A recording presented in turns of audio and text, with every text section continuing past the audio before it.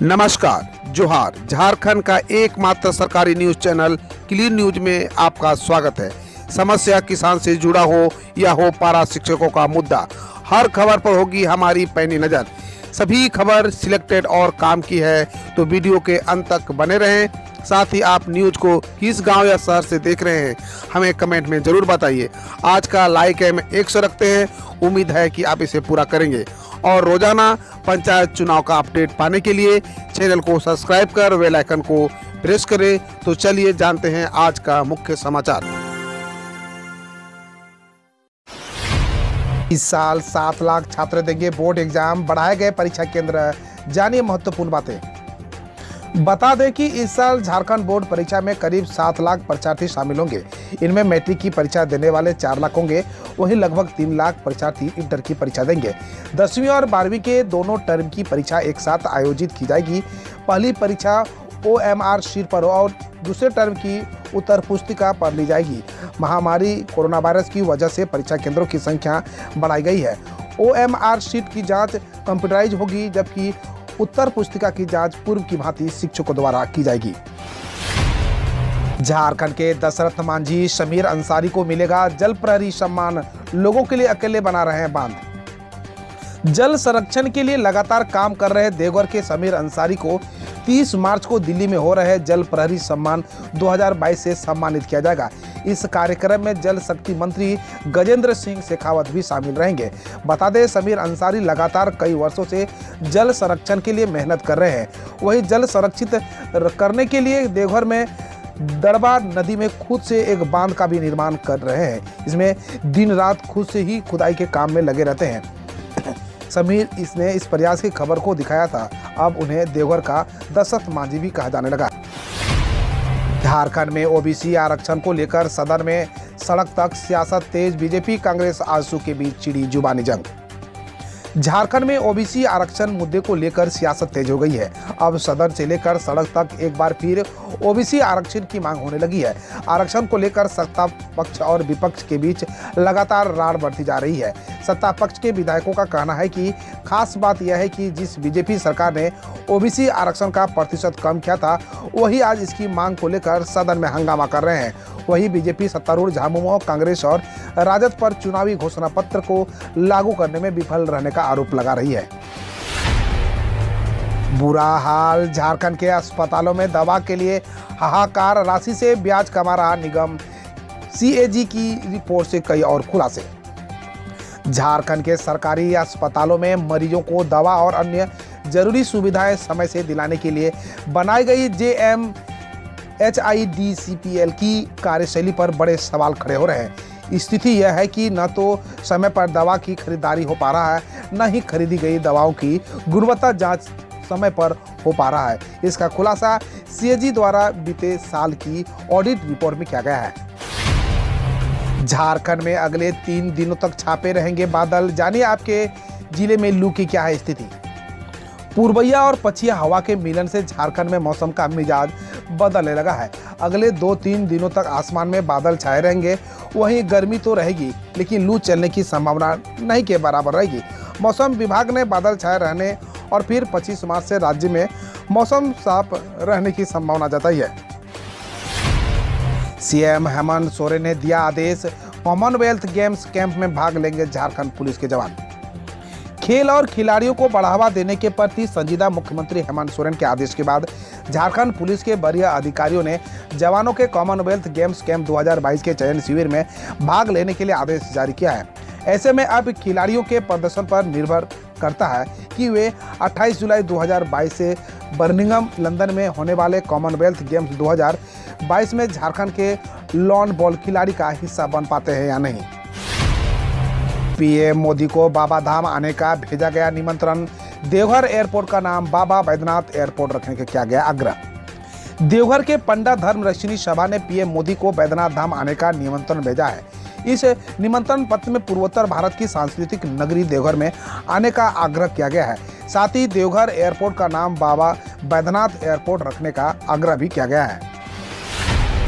Veterinary college में 5 साल बाद शुरू हुई असिस्टेंट प्रोफेसर की नियुक्ति प्रक्रिया, जाने कितने पद खाली। जेपीएससी की ओर से 5 वर्ष बाद बिरसा कृषि विश्वविद्यालय अंतर्गत वेटनरी कॉलेज में असिस्टेंट प्रोफेसर सह जूनियर साइंटिस्ट की नियमित नियुक्ति प्रक्रिया शुरू की गई है। आयोग ने प्रथम चरण में 3 विषयों में नियुक्ति प्रक्रिया शुरू की है। इसके तहत एनिमल न्यूट्रिशन में 2 पद, बायोकेमिस्ट्री में 1 पद और स्टैटिस्टिक्स विषय में 1 पद पर नियुक्ति के लिए औपबंधिक रूप से 21 अभ्यर्थियों को 24 मार्च 2022 के दिन के 10 बजे से कागजात सत्यापन के लिए कार्यालय बुलाया गया है। 4 पदों के लिए कुल 51 में से 3 अभ्यर्थियों को अयोग्य घोषित किया गया है।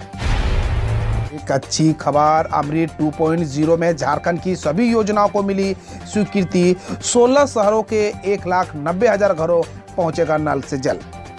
देश के 500 शहरों में जलापूर्ति और अन्य शहरी संसाधनों को मजबूती प्रदान करने के लिए हाल ही में लॉन्च अटल नवीनीकरण शहरी परिवर्तन मिशन अमृत 2.0 के लिए झारखंड सरकार की 100% योजनाओं को केंद्र सरकार ने स्वीकृति प्रदान कर दी है। पहले चरण में कुल 6 राज्यों में प्रस्ताव भेजा गया था। इसमें झारखंड पहला राज्य है जिसकी सभी योजनाओं को सबसे पहले स्वीकृति मिली है। इन योजनाओं की स्वीकृति के प्रदेश के 16 नगर निकायों की जलापूर्ति व्यवस्था दुरुस्त होगी। इसके साथ ही 7 अमृत सिटी में अपशिष्ट जल प्रबंधन के क्षेत्र में भी कार्य तेज हो सकेगा। बिहार में इंटर पास छात्राओं को मिलेंगे 25 से 40 हज़ार रुपये। जानिए कहां और कैसे करना है अप्लाई। बिहार बोर्ड के कक्षा 12वीं का परिणाम घोषित हो चुका है। इस साल भी नतीजों में लड़कों से लड़कियां आगे रही। ऐसे में अब प्रदेश की सरकार छात्राओं को सौगात देने जा रही है। मुख्यमंत्री कन्या उत्थान योजना के तहत इंटर पास करने वाली लड़कियों को 25 हज़ार रुपये दिए जाएंगे। बता दें कि इस साल बिहार बोर्ड की 12वीं परीक्षा में छात्रों की रिजल्ट 83% से ज़्यादा रहा। यहाँ हम आपको मुख्यमंत्री कन्या उत्थान योजना में आवेदन करने की प्रक्रिया की जरूरी दस्तावेज के बारे में जरूरी है। 21 मार्च से 7 दिन पूरा भारत बंद, केंद्र का फैसला जाने सच। एक तस्वीर में दावा किया जा रहा है कि 21 मार्च से 7 दिनों के बीच पूरा भारत बंद रहेगा। इसमें सभी स्कूल कॉलेज बंद की बात की गई है। केंद्र ने इसका खंडन किया है। पीआईबी फैक्ट चेक ने ट्वीट किया है कि यह दावा पूरी तरह से फर्जी है। भारत सरकार ने ऐसा कोई फैसला नहीं लिया है। इस दावे के साथ भेजी जा रही तस्वीर झूठी है। वे टू न्यूज़ में भी अपने पाठकों से अपील करता है कि ऐसे भ्रामक तस्वीरें शेयर कर अव्यवस्था न फैलाएं।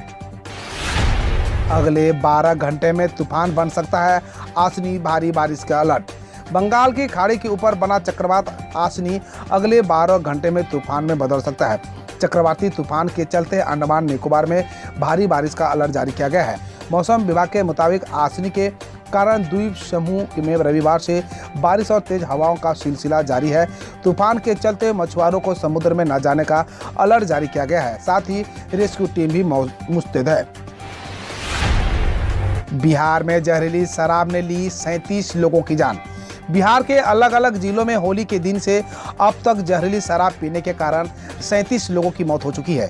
इसमें भागलपुर के 22 लोग, बांका के 12 लोग और मधेपुरा के 3 लोग शामिल हैं। वहीं कई लोग अब भी अस्पताल में भर्ती हैं। इस बीच बांका जिले में हुई युवकों की मौत पर प्रशासन का कहना है कि युवकों को पोस्टमार्टम रिपोर्ट आ गई है। रिपोर्ट के मुताबिक उनकी मौत का कारण जहरीली शराब नहीं है। यूपी की महिला ने कहा, बीजेपी को वोट देने के कारण पति ने कहा अब तू 3 तलाक रुकवा कर देख ले। उत्तर प्रदेश के बरेली की एक मुस्लिम महिला ने आरोप लगाया है कि बीजेपी को वोट देने के कारण पति ने उन्हें 3 तलाक की धमकी दी है।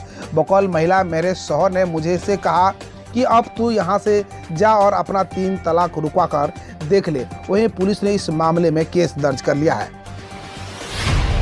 एन बीरेन सिंह ने ली मणिपुर के मुख्यमंत्री पद की शपथ। एन बीरेन सिंह ने सोमवार को मणिपुर के मुख्यमंत्री पद की शपथ ले ली।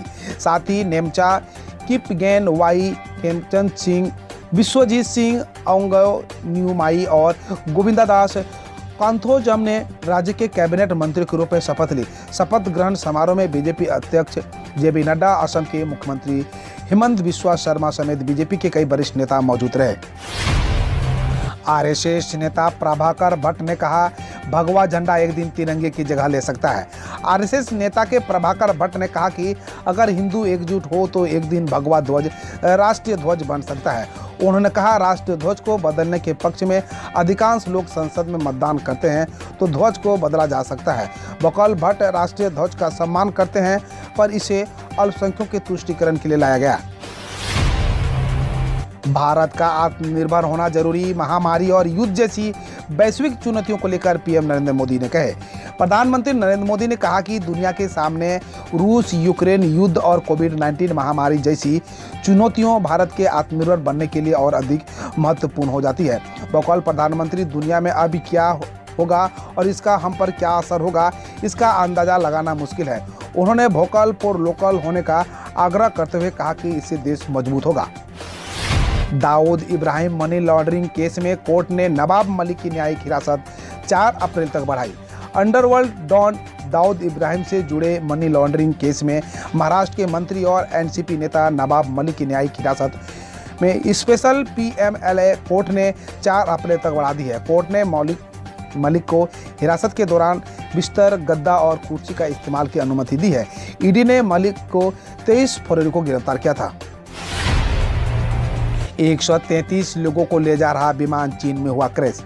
चीन के सरकारी ब्रॉडकास्ट सीसीटीवी ने सोमवार को बताया कि 133 लोगों को ले जा रहा चाइना ईस्टर्न एयरलाइन एक यात्री विमान दक्षिण पश्चिमी चीन में क्रैश हो गया, लेकिन हताहत हुए लोगों की संख्या की जानकारी नहीं है।